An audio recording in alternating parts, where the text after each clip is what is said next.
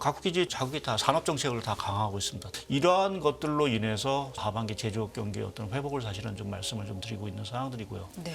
그리고 이제 non-US 경기의 회복이라는 거는 이미 뭐 좀 가시화됐죠. 뭐 지금 뭐 우리나라 증시는 아직 사상 최고치를 경치를 못했지만 유로 경기 또 영국 경기 자체가 침체에서 벗어날 조짐들을 이제 보이기 시작을 했다. 또 중국도 최근에 주가 흐름을 보게 되면 상당히 뭐 올해만 보게 되면 뭐 가장 아웃퍼폼을 하는 데가 이제 중화권 증시인 상황이고 바닥에서 좀 올라오는. 네. 거기에 가장 큰 배경은 뭐 기본적으로 중국이 지금 실시하고 있는 각종 정책들에 대한 효과. 그러한 효과들이 이제 가시화되면서 뭔가 조금 제조업이라든지 소비가 살아날 수 있는 가능성들이 엿보이고 있다. 이것이 최근에 유럽이라든지 중화권 증시 자체가 생각보다는 강하게 올라가는 좀 중요한 요인들이 아닌가 좀 생각을 해볼 수 있을 것 같습니다. 굿모닝 인포맥스 하이투자증권 리서치센터 박상현 전문위원과 계속해서 시간 이어가 보겠습니다. 위원님 안녕하세요. 안녕하십니까. 네, 일단 CPI 얘기부터 좀 하고 넘어가야 되겠죠. 어떻게 보셨습니까? 일단 시장은 좀 환호한 게 역력해 보입니다. 예, 뭐 어제 부처님 오신 날이었는데 좋은 소식을 좀 좋은 것 같고요. 네. 그러니까 뭐 결론적으로 말씀드리면 0.1%의 희망을 봤다라고 할까요? 0.1%. 예, 그러니까 어제 그 시장 예상치를 이제 0.1% 포인트 이제 하회 한 흐름 자체가 뭐 그동안 이제 좀 물가가 항상 이제 어떻게 보면 올해 들어와서 계속 이제 서프라이즈 비슷하게 이제 좀 물가가 높았던 부분 자체를 좀 완화시켜 준 것 같고요. 그러니까 최소한 이제 물가가 다시 올라간다라는 어떤 우려감을 좀 진정시켜 준 게 일단 가장 큰 어떤 효과인 것 같고 또 이제 내용적으로 보면 아직 뭐 이렇게 우리가 안심할 단계는 좀 아닌 부분들인 것 같습니다. 근데 뭐 그럼에도 불구하고 여러 가지 요인들을 좀 생각해 보면 9월 금리 인하에 대한 불씨 자체를 좀 되살리는 부분들이 아닌가라는 것이 어저께 금융시장 특히 이제 주식시장 자체가 상당히 조금 환호를 했던 좀 주요 요인인 것 같습니다. 네. 0.1%의 희망, 여기에도 시장은 이렇게 좀 환호한다? 그러니까 0.1% 자체보다는 금리 방향에 대해서 조금 더 명확한 어떤 길이 생겼다. 이 부분에 좀 더 환호했다. 이렇게 봐도 될까요? 예, 네. 그 말씀이 맞는 것 같고요. 결국 이제 뭐 한 4.5% 같던 국채금리 자체가 이제 4.3%까지 이제 떨어지는 이 과정에서 보게 되면 몇 가지 조금 이제 긍정적인 부분들이 있었죠. 이제 고용 지표가 일단은 좀 둔화됐다라는 부분, 거기에 이제 물가 지표마저도 약간의 좀 퍼즐 맞추기 비슷하게 좀 맞아가고 있는 이러한 흐름 자체가 그러면 이제 연준이 조금만 더 우리가 뭐 아직 라스트 마일이라는 부분 자체를 넘어선 건 아니긴 하지만 그것을 좀 벗어날 가능성 자체가 조금 이제 보이기 시작을 했고 뭐 아직까지도 그래도 뭐 9월 금리 인하냐 12월 금리 인하냐 이거는 계속해서 논쟁거리가 되긴 하겠지만 그래도 이제 금리 9월에 대해서 우리가 좀 희망을 좀 가질 수 있다라는 것이 국채 금리 자체의 하락으로 사실은 이어졌고 또 이제 달러도 사실은 어떻게 사실 큰 폭으로 떨어지면서 자금들 자체가 이제 조금은 위험자산 뭐 이러한 쪽으로 좀 갈 수 있다라는 어떤 기대감 또 선호 심리 이러한 것들을 좀 강화시켜준 부분들을 좀 봐야 될 것 같고요. 저희가 어저께 물가를 이렇게 보면서 이제 뭐 아직 안 잡히는 부분이 아직 임대료 부분 자체는 여전히 안 잡히고 있습니다. 네. 근데 다만 이제 상승폭 자체가 지난달하고 이제 유사한 정도의 수준을 좀 보였고. 근데 좀 물가가 좀 둔화가 될 수 있다는 좀 희망을 좀 가질 수 있는 것들이 일단은 다음 달 정도면 에너지 가격 쪽에서 물가 압력 둔화가 좀 나올 것 같습니다. 그러니까 4월 달에도 3월 달하고 이제 에너지 쪽의 상승폭은 뭐 전월 비로 보면 거의 비슷했고요. 그래서 지금 최근에 뭐 중동 사태가 아직 뭐 불투명하긴 하지만 유가가 70달러대에서 이제 안정을 좀 보이고 있어서 다음 달 정도 되면 아마 에너지 가격 쪽에 이제 물가 압력이 좀 둔화가 될 거로 좀 보고 있고요. 또 이제 공급망과 관련된 쪽에서 보면 중고차라든지 이제 신차 가격 같은 경우도 계속 하락을 하고 있어서 그 부분에 대한 영향도 계속해서 좀 긍정적으로 영향을 미칠 것 같고 이제 신차하고 중고차 가격이 하락한다라는 의미 자체는 지금 저희가 물가 쪽에서 조금 상승 압력이 좀 크게 좀 눈에 띄는 게 이제 보험료입니다. 자동차 보험료가 워낙 지금 뭐 20 몇 프로 가까이 지금 올라가고 있는 전년동일비 기준으로. 그래서 그 부분 자체가 이제 둔화가 되는데 이제 보험료라는 게 아무래도 자동차 가격이 떨어지면 이제 자연스럽게 떨어질 수 있는 부분들이어서 이제 그 부분에 대한 어떤 가능성도 사실은 좀 열려 있는 부분들인 것 같고. 보험료는 특별한 이유가 있어요, 위원님?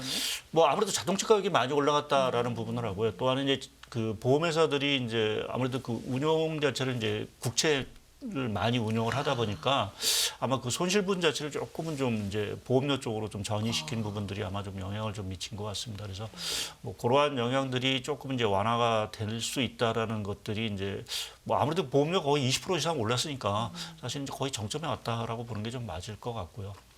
그리고 이제 문제는 이제 임대료인데 사실 뭐 임대료가 뭐 저희가 계속해서 떨어질 거라 얘기를 하지만 사실은 쉽게 떨어지는 부분들은 아닌 것 같고 여전히 미국 주택 경기 뭐 가격 자체는 여전히 좀 탄탄하기 때문에 사실 임대료가 이렇게 크게 떨어지긴 좀 어려운 부분들이 있긴 합니다. 근데 어제 나온 지표 중에서 보게 되면 이제 소매 판매도 생각보다는 사실은 좀 부진했고 또 이제 주택 시장의 그 체감 지표라고 하죠. 우리가 NAHB 지수 자체도 다시 이제 50선을 이제 하회하는 이런 흐름을 보게 되면 좀 주택 시장도 그렇고 뭐 수요도 그렇고 약간은 좀 우리가 둔화가 된다라는 부분에서 보면 물가 측면은 사실은 좀 긍정적인 수 있는 부분들이 있겠죠. 그래서 그런 것들을 생각해 보면 임대료 자체도 이제는 뭐 더 이상 그러니까 뭐 상승폭 자체가 더 커지기보다는 좀 완만하게 그래도 좀 둔화가 될 수 있다라는 부분에서 보면 연준이 희망하는 2%대까지 가는 데는 좀 상당한 시간이 걸리긴 하겠지만 그리고 우리가 연말 정도 가서는 그래도 2%대까지는 2% 진입 자체는 우리가 좀 희망을 걸어볼 수 있지 않겠느냐라는 부분에서 보게 되면 전체적으로 물가 지표에 대해서 그래서 조금 긍정적으로 그래서 뭐 좀 해석을 한 부분들이 아닌가 좀 생각을 하고 있습니다. 계속 CPI 항목 얘기할 때 주거비가 굉장히 네. 끈적하다는 얘기를 뭐 반복적으로 네. 하고 있는 것 같은데 이게 근데 민간업체 조사 결과에서는 좀 떨어지고 있어서 이게 시차를 두고 아마도 반영이 될 거다라는 얘기를 연준에서도 이제 내놓고 있는 상황이어서요. 근데 이 시차라는 얘기도 굉장히 한지가 좀 오래된 것 같습니다. 그렇죠. 예. 어느 정도를 보면 될까요? 이제 과거 같은 경우는 한 1년 정도 이제 시차를 두고 이제 좀 나왔던 것 같은데요. 최근에 보게 되면 뭐 주택 가격 자체가 떨어지지 않은 이유도 분명히 있겠죠. 이제 그렇기 때문에 이제 시차 자체가 조금은 더 길어지는 양상인 것 같고요. 그러니까 우리가 뭐 임대차 계약을 이제 뭐 우리나라 기준으로 보게 되면 뭐 전세 같은 경우는 2년 계약을 하니까 사실은 뭐 이제 새로 임대 계약이 이제 발생할 때마다 이제 가격이 이제 변동이 그거 이제 시차 부분인데 그래서 미국은 글쎄요 이게 연간 단위로 할지 뭐 월간 단위로 할지 저희가 정확하게 보기는 어렵지만 통상적으로 보면 한 1년 정도 이제 과거에 시차가 있었는데 최근에 보면 조금 길어졌다라고 좀 봐야 될 것 같고요. 근데 이제 정점을 다들 이제 생각을 하는 것들이 이제 작년 말 뭐 연초부터 조금 임대료 실제 임대 가격이 조금씩은 좀 상승이 둔화가 되고 있어서 그러면 연말 정도 가서는 조금 이제 나타나지 않을까 좀 생각은 좀 하고 있는 거죠. 네. CPI 이전에 사실 그 전날에 PPI가 발표가 됐는데 네. 이 부분은 약간 혼재가 되어 있었잖아요. 네. 4월 수치 같은 경우는 예상보다 높았고 그런데 그 전달 3월 수치가 하락 조정된 부분 뭐 파월 의장의 의견도 있었습니다. 예상보다 높았지만 3월 수치는 낮아졌다. 뭐 뜨겁다고 하기보다는 혼재됐다. 뭐 이런 얘기도 좀 한 것 같은데 이게 이제 선행되잖아요. 네. PPI는 선행지수라고 좀 많이 알려져 있기 때문에 어떤 연관성으로 봐야 됩니까, 위원님? 예, 뭐 PPI는 결국 이제 아무래도 이제 서비스보다는 이제 상품 물가 쪽에 사실 영향을 좀 많이 미칠 것 같고요. 근데 오늘도 이제 그 서비스 물가하고 이제 상품 물가를 이제 봤을 때는 상품 물가 쪽은 다행히 좀 안정세를 좀 보이고 있습니다. 근데 제가 또 한 가지 말씀드린 대로 에너지 가격 이러한 것들이 조금은 이제 4월 달 같은 경우는 사실 에너지 가격 자체가 유가 이런 것들이 여전히 좀 불안했기 때문에 조금 영향을 좀 받은 것 같고요. 뭐 그러한 측면에서 보면 PPI가 이게 추세적으로 계속 올라간다라고 하면 이제 문제가 되겠지만 한 달 정도의 어떠한 상승폭 자체가 물가에 당장 뭐 악영향을 미친다라고 보기는 조금 어려울 것 같습니다. 오히려 이제 말씀드린 대로 이제 가솔린 가격이라든지 이러한 것들이 좀 안정을 찾는다라고 하면 PPI의 영향 자체 뭐 이러한 것들은 좀 제한적이지 않을까 좀 생각을 하고 있고요. 또 전반적으로 지금 원자재 가격이 조금은 오르다가 최근에 조금 이제 좀 주춤하는 모습들을 좀 보이고는 있습니다. 그래서 그러한 것들을 좀 생각해 보면 그 5월 물가 쪽에 PPI가 미치는 영향은 저는 좀 제한적일 거로 좀 보고 있고요.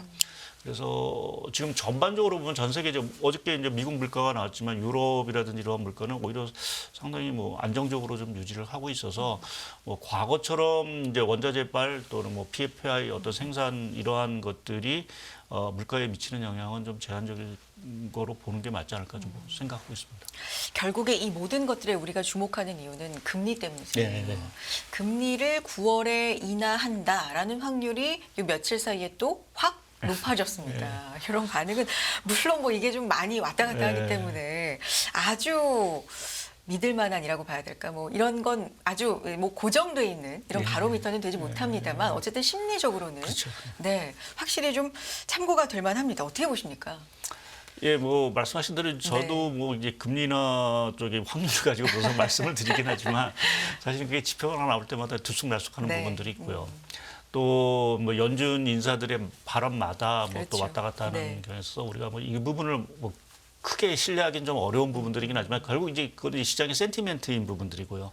그러니까 시장이 어느 정도 이제 흐름이 왔다 갔다 하는 부분이 어느 쪽 방향을 두고 있느냐라는 것을 저희가 판단하는 어떤 잣대인 상황에서 여하튼 그래도 이것이 좀 하향 안정화되고 있다라는 부분, 그러니까 확률이 높아지고 있다라는 부분 자체는 물가의 어떤 기대 심리 이러한 것들이 상당 부분 둔화 쪽으로 가고 있다라고 좀 봐야 될 것 같고요. 최근에 나온 이제 기대 인플레이션, 뭐 미시간대도 그렇고 뉴욕에서 발표된 어떤 기대 인플레이션을 보게 되면 상당히 좀 다시 올라가는 모습이었는데 이제 그러한 어떤 지표들 자체가 이제 다음 달 정도 되면 조금 하향 안정을 좀 보일 수도 있는 그 가능성을 엿볼 수 있고요. 뭐 그렇다고 해도 연준 인사들의 어떤 매파적인 발언 자체가 여기서 그렇다고 해서 뭔가 없어지고 할 가능성은 이제 커 보이지는 않습니다. 여전히 연준 인사들은 경계감을 계속해서 시장을 좀 주면서 뭐 시장의 어떤 기대 인플레이션 자체 이러한 것들이 올라가는 부분을 계속 억압하려고 하는 부분들이 있어서 아마 연준 인사들의 발언 자체는 뭐 크게 변하지는 저는 매파적 어떤 흐름이 변하지는 않을 거로 좀 보고 있습니다. 그런데 그럼에도 불구하고 지금 4, 5월 나온 지표 또 무엇보다 중요한 게 각종 경제 지표들 자체가 조금씩은 이제 조금 둔화가 되고 있다라는 측면에서 보면 연준 입장에서도 뭐 경기 자체를 완전히 무시할 수는 없는 거니까 이전은 사실은 경기가 너무 좋았기 때문에 뭐 물가라는 부분만을 포커스를 맞췄지만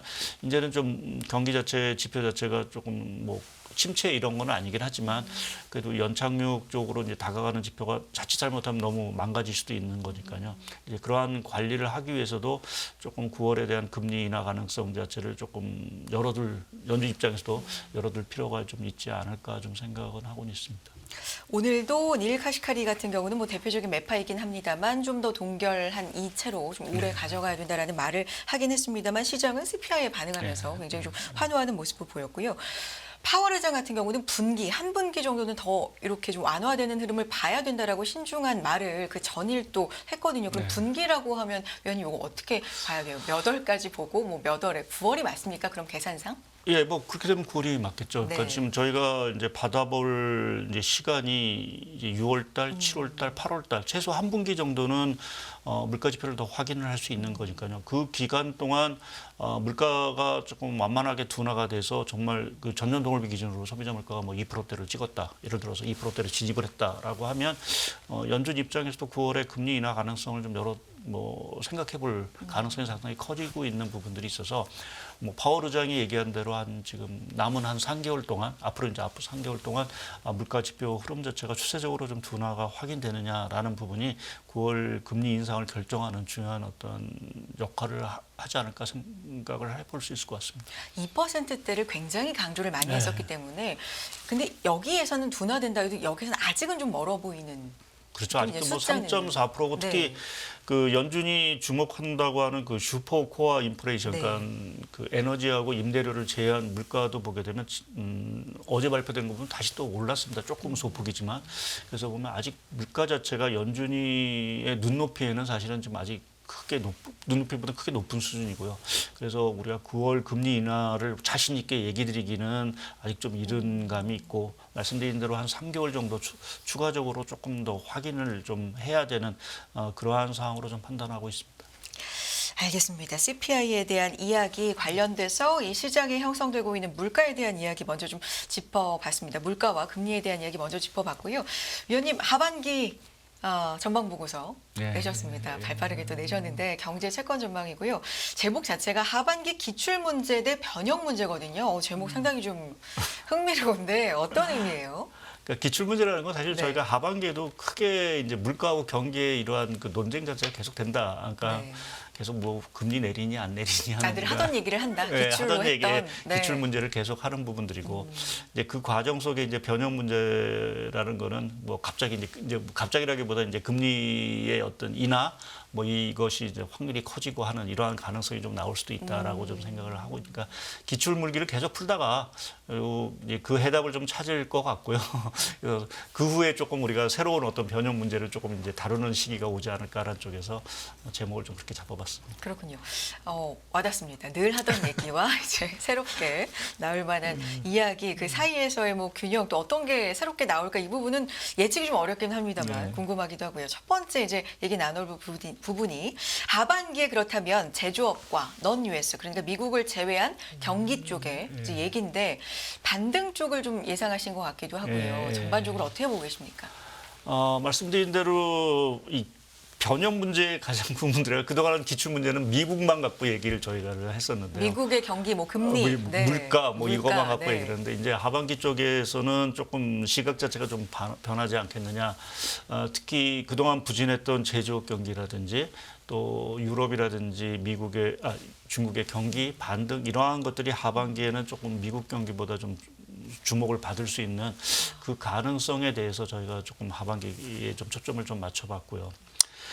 특히 이제 그 제조업 경기와 관련돼서는 아직 뭐 전반적으로 부진합니다. 뭐 특히 유럽도 부진한 상황들이고 우리도 부진한 상황들이긴 하지만 제가 이제 제조업 경기의 어떤 회복을 조금 말씀을 드리는 부분 자체는 최근에 각국의 정책 자체가 뭐 제가 여기 와서도 몇 번 말씀을 드린 것 같은데 기조 자체가 이제 변했다라고 좀 저는 생각을 좀 하고 있고요.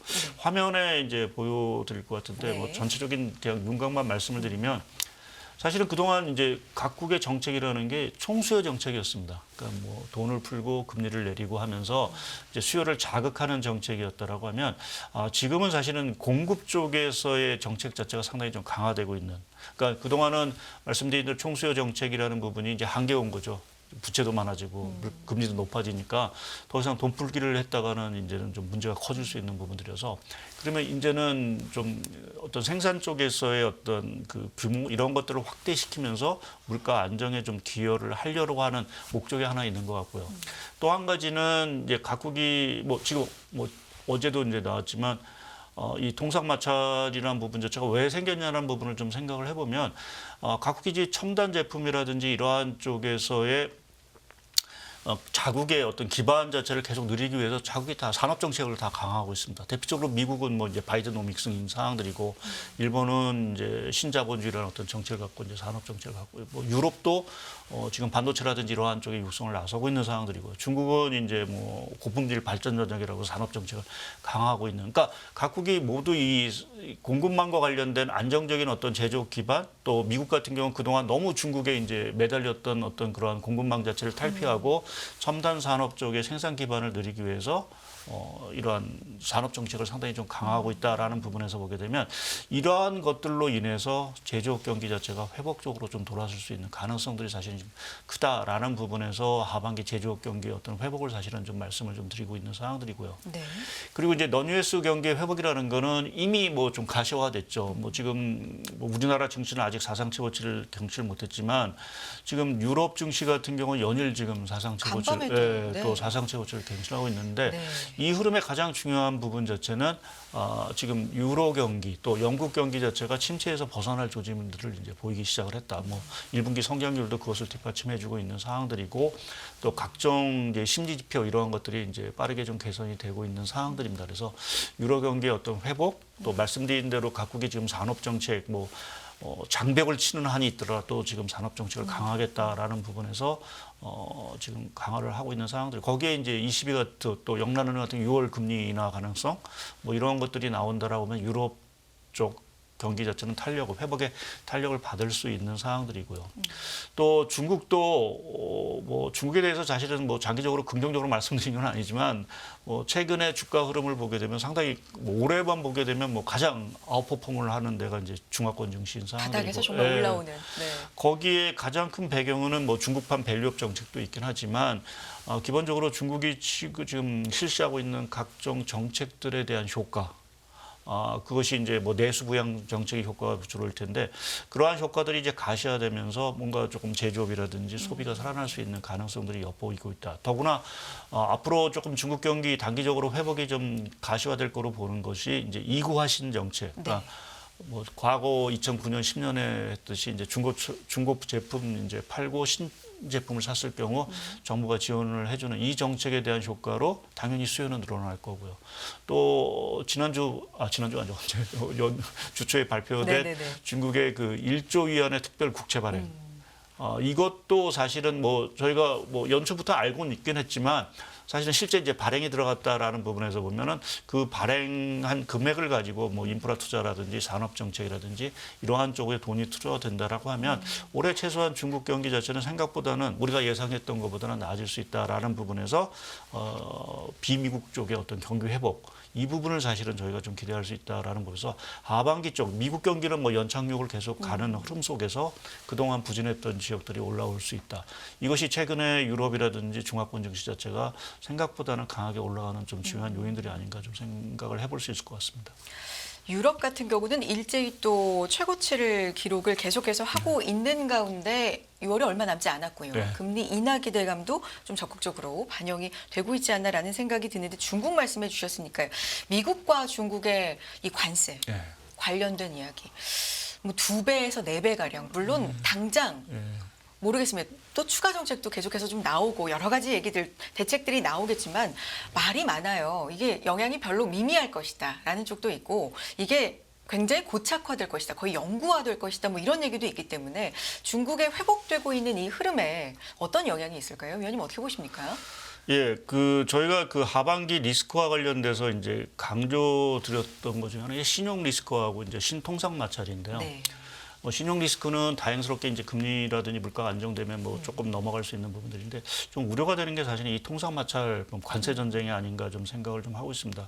물론 이제 미국이 중국 전기차에 대해서 관세를 100% 했다라고 하지만 사실은 중국이 미국에 파는 전기차는 아주 미미한 수준이기 때문에 1%가 아직. 네. 그래서 뭐 그 효과 자체는 뭐 크지는 않을 거로 좀 네. 보고 있긴 한데 왜 그러면 지금 미국뿐만 아니라 유럽도 중국에 대해서 각종 제품의 관세를 이렇게 높이려고 하느냐라는 부분이 상당히 좀 중요한 것 같고요. 그건 앞서 말씀드린 대로 제가 왜 산업 정책 자체에 대해서 저희가 보고 있느냐라고는 지금 각국이 모두 다 제조업 기반을 늘리려고 하는 어떤 정책들을 좀 하고 있습니다. 제가 화면에 하나 네네. 조금 이제 좀 참고로 보여드리면 이게 중국이 전 세계 제조업에서 차지하는 비중입니다. 보시게 되면 한 30%가 조금 넘는 수준인데요. 이것이 이 중국의 비중이라는 것이 우리가 알고 있는 주요 제조업 국가 한국, 미국, 독일, 프랑스, 일본보다 높은 수치입니다. 그러니까 이 얘기 자체는 사실은 주요국 자체가 이제 거의 중국 제조업의 어떤 그 그늘이라 할까요? 거기서 자칫하면 벗어나지 못할 수 있는 위기에 빠진다는 거죠. 그러니까 이것은 뭐 공급망 위기에 갈 수도 있는 부분들이고요.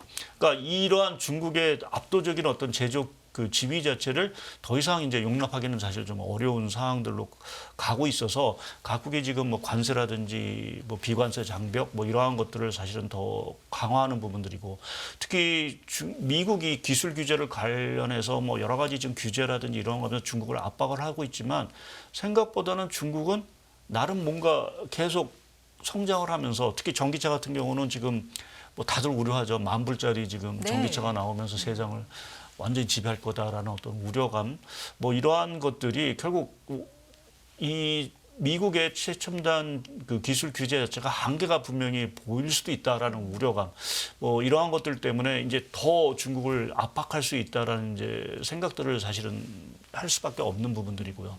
그것이 자칫 잘못하면은 이제 글로벌 그 교역량 자체를 사실은 이제 약화시킬 수 있다, 둔화시킬 수 있다라는 부분에서 보게 되면 이게 뭐 올해 당장에 뭐 큰 리스크는 아닐 수 있다 하더라도 갈수록 뭐 세계 경제에는 사실은 부담. 아무래도 세계 경제가 둘로 이제 쪼개지는 어떤 그러한 어떤 결과를 초래할 수 있는 부분들이 있어서 최근에 이 신통상 마찰과 관련돼서는 사실은 조금은 뭐 장기적으로 보더라도 그게 달갑지 않은 상황들이고요. 또 미국이나 유럽이 이 중국에 대한 규제 자체를 단기간에 뭔가 완화할 가능성은 커 보이지는 않습니다. 특히 이제 미 대선을 앞두고는 더 중국 대리가 더 가속화될 수 있는 부분들이고 말씀드린 대로 이러한 제조업 경쟁, 특히 이제 첨단 제품의 이러한 경쟁 자체가 더 강화되면 강화될수록 중국에 대한 어떤 그 규제는 더 강화될 수 있어서 이게 뭐 중국도 중국이지만 그 가운데 껴 있는 우리나라에 그렇죠. 사실은 이제 불똥이 이제 피지 않을까라는 이제 우려감이 사실은 그게 좀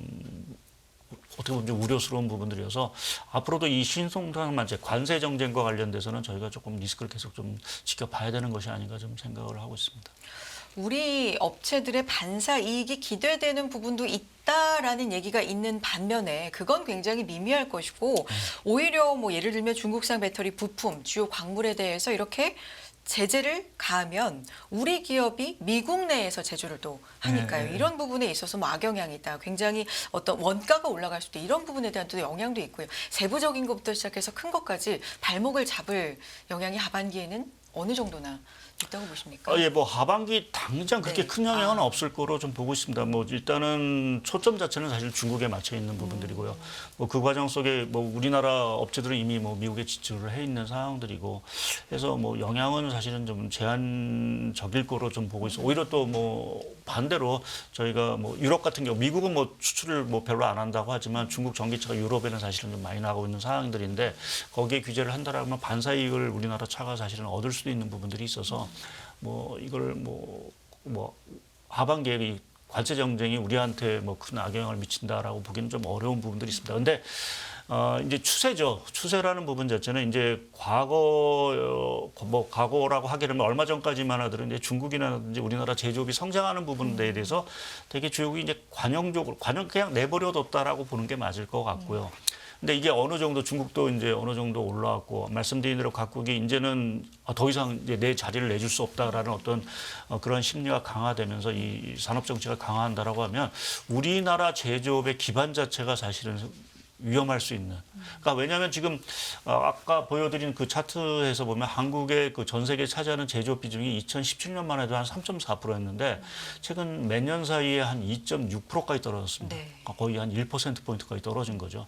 그러니까 그만큼 우리나라 제조업의 위상 자체가 상당히 약화되고 있는 부분들로 봐야 될 것 같아서 말씀드린 대로 이게 전 세계가 같이 뭐 이렇게 공동 보조를 맞추면서 뭐 투자도 하고 교육이 왕성한다라고 하면 당연히 우리가 반사이익을 얻겠지만 이게 세상이 양분화되고 뭔가 계속해서 장벽이 쳐진다라고 하면 결국 우리나라 제조업에도 사실은 큰 악영향을 미칠 수밖에 없겠죠. 그래서 이 관세 전쟁이라는 게 뭐 어느 나라를 뭐 막론하고 사실은 이렇게 좋은 어떤 흐름. 네. 과거에도 보게 되면 이렇게 통상 마찰이 심했을 때 또 역사적으로 보더라도 뭐 세상이 편안했던 적은 없었으니까요.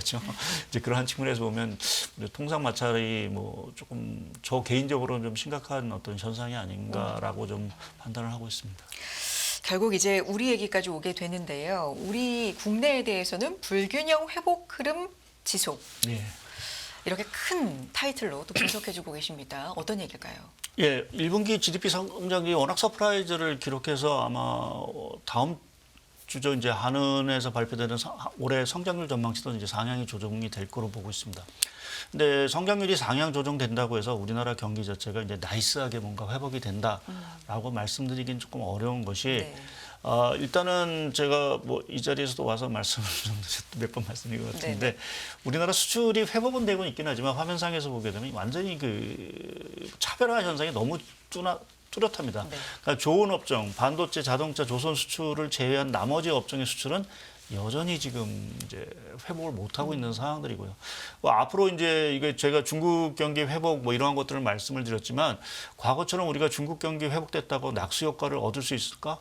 저는 쉽지 않다라고 보고 있습니다. 그래서 그러한 측면에서 보면 이 차별화 현상 자체는 단기적으로 해소되기는 사실 좀 쉽지 않다. 거기에 뭐 말씀드린 관세 전쟁이라든지 이러한 것들이 더 심화될수록 이러한 현상은 더 고착화될 수도 있는 그 가능성이 있어서 수출 쪽이 회복은 되긴 하지만 그렇게 강한 어떤 경기의 회복을 사실은 힘을 실어주기는 조금 어려운 부분들이 있고요.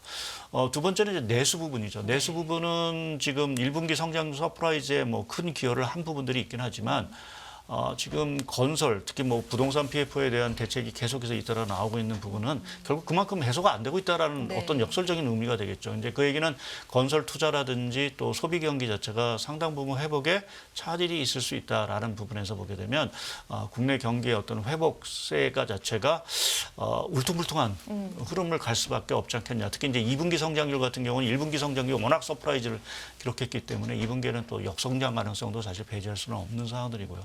뭐 하반기는 뭐 아까 non-US 경기 이러한 것들이 회복이 되면서 우리나라도 조금은 좀 회복적으로 가긴 하겠지만 그것이 뭐 강한 어떤 성장 회복세를 담보하기에는 국내 내수 경기 상황이라든지 또 업종별 차별화 현상이 너무 심하기 때문에 그러한 부분에서 좀 불균형 회복 흐름이 여전히 좀 하반기도 지속이 될 거다라고 좀 저는 전망을 하고 있습니다.